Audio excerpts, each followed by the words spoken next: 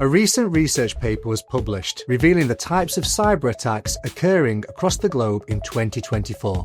The data showed that Asia Pacific is the most targeted region worldwide, experiencing more frequent and repeated attacks than the US, South America, EMEA and others. So why is this happening? What kinds of attacks are taking place? And why is Asia Pacific such a hotspot for cyber threats? Singapore is currently under attack from a sophisticated group known as UNC 3886. The ransomware cyber attack especially hit Asia hard today as workers booted up their computers this morning. It's a serious threat to us and has the potential to undermine our national security. In this second series of Threat Hunters, I'm going to take you on a journey through Asia to uncover the answers to these questions. We'll visit Singapore, speak with industry leaders, and explore the Logicalis Security Operations Centre in Kuala Lumpur.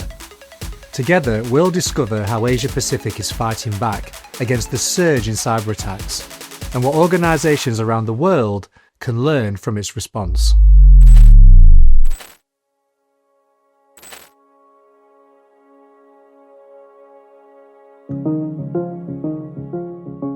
Our journey begins in Singapore, one of Asia Pacific's most targeted cyber hotspots. As a major digital and financial hub, its dense cloud infrastructure and high-value sectors like finance and retail make it a prime target for threat actors. Here, I meet my guide for the week, Roger Loh, Head of Solutions at Logicalis Asia Pacific. With deep regional expertise, Roger offers insight into the evolving threat landscape and the defence strategies organisations need. I don't think it's surprising to know that Asia Pacific is the most attacked region. I mean, Asia Pacific has been growing very, very fast. In terms of digitization, fortunately, when companies go online, there's a lot of cybersecurity so-called gaps. For the past few years, there's a lot of investment, as you can see, also moving to Asia Pacific. You look at all the financial hubs, you look at the healthcare, you look at a lot of different industry is also trying to grow their business in APAC itself, right? But once again, the security side of things is usually behind. Maybe share with me some of the attacks that the companies in Asia Pacific are experiencing. Commonly, one that we have seen will be AI-based phishing campaign. So convincing, AI-based attack has been so easy to access. It can reach to a broader crowd right now using the AI because of the accuracy right now they can do, such as like they automate all these discovery process or reconnaissance process to kind of like discover your vulnerabilities automatically and exploit them in a very, very fast way. So it's important to have layered security for your environment. The adversary out there is always finding ways to bypass your defense system. And therefore you will have all these blind spots. It's not all about the digital technology. We have humans here and humans are susceptible to being an entry point. Because of the emotion, because of how human behave, right? So there will be always bound to have errors and mistakes, right? I would think that the best firewall that any company would have will be your employee.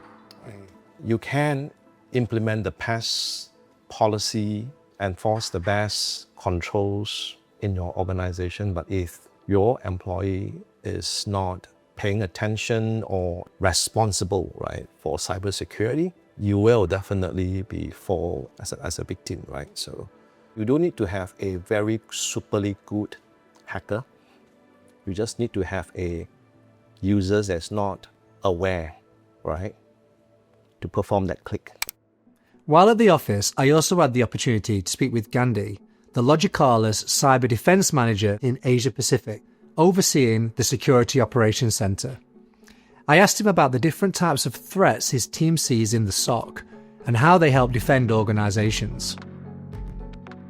So primarily we see phishing, social engineering types of attacks, which leads to BEC, which is business email compromise. Even though you have latest technologies, sometimes it will not be able to detect by using the pattern.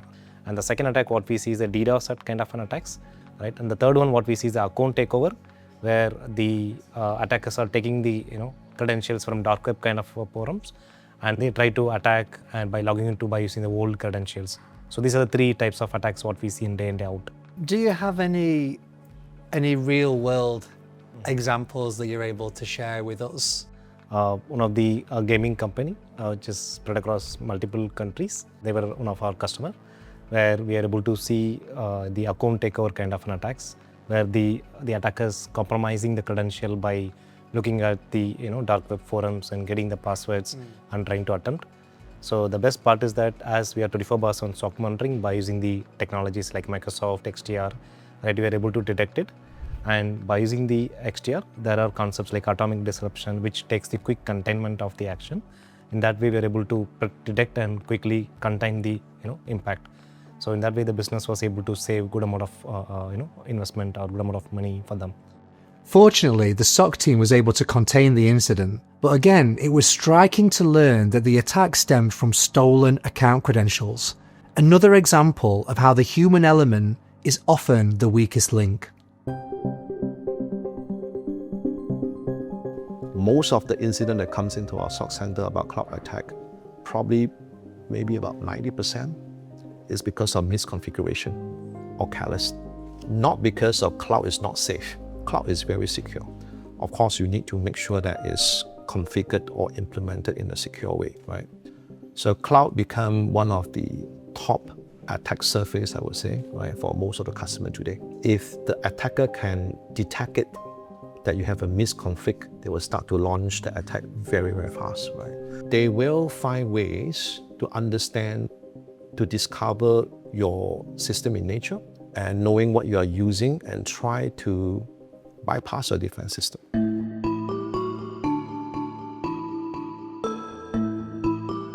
In the afternoon, I visited Cisco's head office in Singapore, where I spoke with senior leaders to better understand the challenges Asia Pacific is facing and how Cisco's technology is helping organizations defend themselves. My time at the Cisco office began with AJ Malik, the partner lead for APJC. I was curious to learn how Cisco is investing in the tools, technologies and solutions needed to counter the threats we discussed earlier. Asia-Pac is a very complex fabric of society. You've got ANZ in one part, you've got China, Hong Kong, India, Singapore, Malaysia, Philippines, Indonesia. There's a lot of different cultures and countries. We have the world's largest install base when it comes to networking. There's a lot of intelligence we can get on that. We can no longer rely on application-based software to handle tasks. But with AI, you get more and more alerts coming through. It actually gets more complicated to handle some of this stuff. We're really moving beyond applications into a world powered by agentic AI. AI was a key topic I wanted to explore. Later that day, I met Huey Ong, Managing Director of Global Security Operations for APJC, to learn more about AI's role in cybersecurity.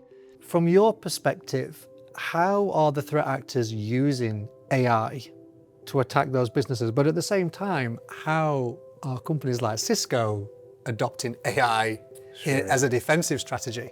That's the million-dollar question in the industry, right? Anyone could be a target. Any person who wants to be a hacker could be a hacker with access to these tools. One hacker could be 10,000 hackers controlled by one single person.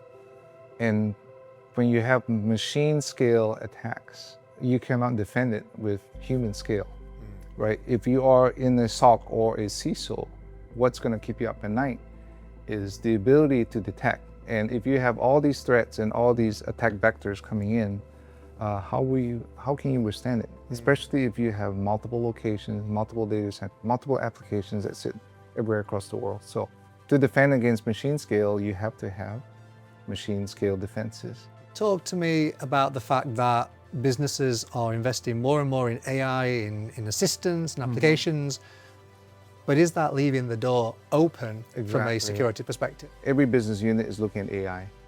Every business unit has funding to build an AI model, whether it's customer service, whether it's trouble tickets, whether it's in retail, trying to find the profile of your customers.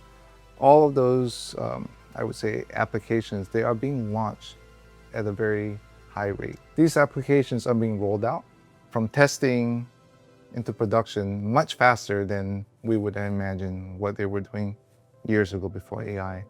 But what that leaves is a gap for security, because if you look at those type of applications that are being launched from testing to prod, has security been looked into every part of the bill? What kind of vulnerabilities and holes is it leaving? Earlier this year, Cisco released its State of AI Security 2025 annual report. In it, Cisco acknowledged that business leaders widely recognize the generational opportunity AI presents and feel immense pressure to harness its potential. But with opportunity comes complexity. As AI systems increasingly handle sensitive workloads in critical sectors such as healthcare, finance, defense, the need for robust safety and security measures becomes non-negotiable. The race to integrate AI into core business functions is fast, often overwhelming, and fraught with risk.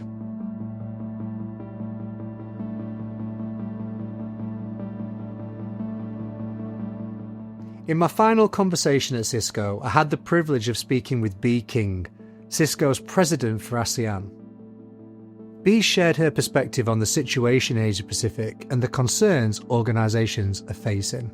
What the companies are concerned right now is that all certain data are being uploaded into the unauthorized LLM, and the safety and the security of all this are very, very important. And the other thing is that companies now no longer look at just their parameter within the company itself. They are using SaaS application, they are using cloud service provider and all that. And their perimeter has actually extended.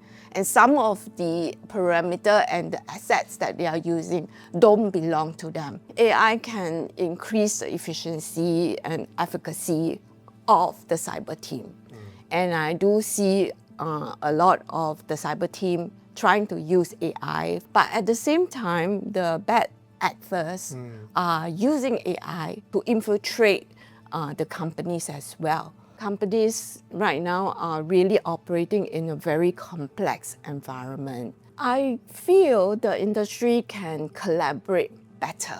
To see this as a force and a good force against the bad actor. But right now the industry is not viewing as such. Maybe a better collaboration will be much better to improve the security posture of a country and also the companies. It had been a thought-provoking day filled with valuable insights. From Roger Loh, I learned about the diversity and complexity across the region, the rapid pace of digitalisation and how investment is driving growth, but sometimes at the cost of cybersecurity gaps and human vulnerabilities. Clicks on malicious links, misconfigured environments and credential theft are giving attackers a foothold, and with AI-powered reconnaissance, they're able to strike at machine scale. Yet, it was encouraging to hear from experts like Gandhi and Roger about how security operations centres are also leveraging AI to defend at scale. It's clear that a battle is underway and AI is at the heart of it. But AI also brings its own risks. When integrated too quickly, it can leave gaps that attackers exploit. Bee Kheng's closing thoughts were a powerful reminder. In Asia Pacific, we must collaborate more closely, share knowledge, and unite against a common adversary rather than compete. My time in Singapore has been eye-opening, and I'm excited to continue this journey as I travel to Kuala Lumpur, where I'll continue the conversation with senior leaders and explore how we can build cyber strategies that are not only scalable, but resilient by design.